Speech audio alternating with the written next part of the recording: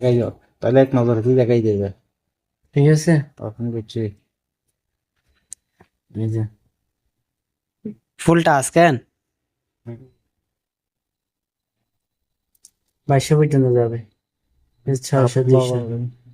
ঠিক আছে, এটা হলো কি কোনটা ইনভার্টার আছে ক্লিক করবো কেন?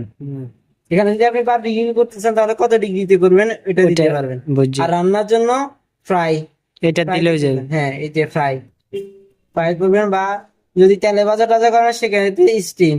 হ্যাঁ, আর যদি হটপটে রান্না করেন বা হটপটে ইয়া জাতীয় কিছু রান্না করেন, কড়াই জাতীয়, এটা ক্লিক তাহলে করলে হবে। হটপটে ক্লিক করবেন, ক্লিক করে আবার এদিক সেদিক বাড়াবেন কমাবেন। ঠিক আছে, মানে যা দরকার আর কি, যা দরকার।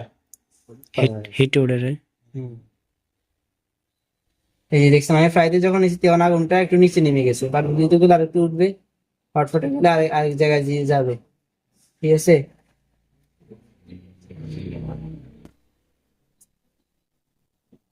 আর এই টাইমার লক টকে দেবারণ করে নি, এগুলো ওনারা বুঝবে না, হয়তো লক করে দিয়ে বসি আবার এদিক সেদিক ঘুরাইবো। মানে চলতো না। টাইমে হচ্ছে আপনারা মনে করেন যে একটা নির্দিষ্ট সময় মেনটেন করে দিলেন, হ্যাঁ, এবারে এটা হচ্ছে 10 মিনিট, 10 মিনিটের মধ্যে 1 হয়তো ঘন্টা, খাওয়াইব। 59 মিনিট, এই 58 মিনিট, 56 মিনিট, এগুলোতে আপনি যদি লক করে দেন হুম, তো হয়তো আপনি বুঝবেন না বা আপনার রান্না হবে না, যখন আপনি আবল তাবল টিপলেন আর আইলে যাবে। আর অয়েলে যাবেন।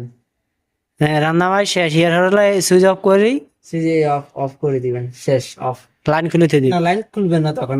এবার আমি বলি, এটা আমি এখান থেকে অফ করছি, আমি ওইখান থেকে অফ করবো না। এটা কেন বলতেছি, ভিতরে ফ্যানটা কিন্তু ঘুরতেছে, হুম, ভিতরে যে হিটটা হয়েছে বা গরমটা হয়েছে এটা কিন্তু ওই ফ্যানের মাধ্যমে এটা আপনাকে ঠান্ডা করবে, তার কারণে আপনার গ্লাসটা অনেকদিন সুরক্ষিত থাকবে। ডাইরেক্ট বন্ধ করে দিলেন 1 মাস 2 মাস পর দেখবেন এটা দাম করে ফাটে যাবে। আচ্ছা, এই গরমটা যেহেতু সরতে পারবে না তখন এখানে সঞ্চালিত থাকবে এখানে, পরে আবার লাইন দিয়ে সাথে সাথে এটা ফাটে যাবে ওই গরমের উপরে, গরম করে। এই কারণে এইভাবে অফ করে এখানে 5 মিনিট এইভাবে রাখি দিতে বলবেন। মানে লাইন কোনো লাগবে না, লাইন যেভাবে লাইন থাক না এইভাবে থাক। এভাবে আপাতত রেখে দিবেন 5 মিনিট।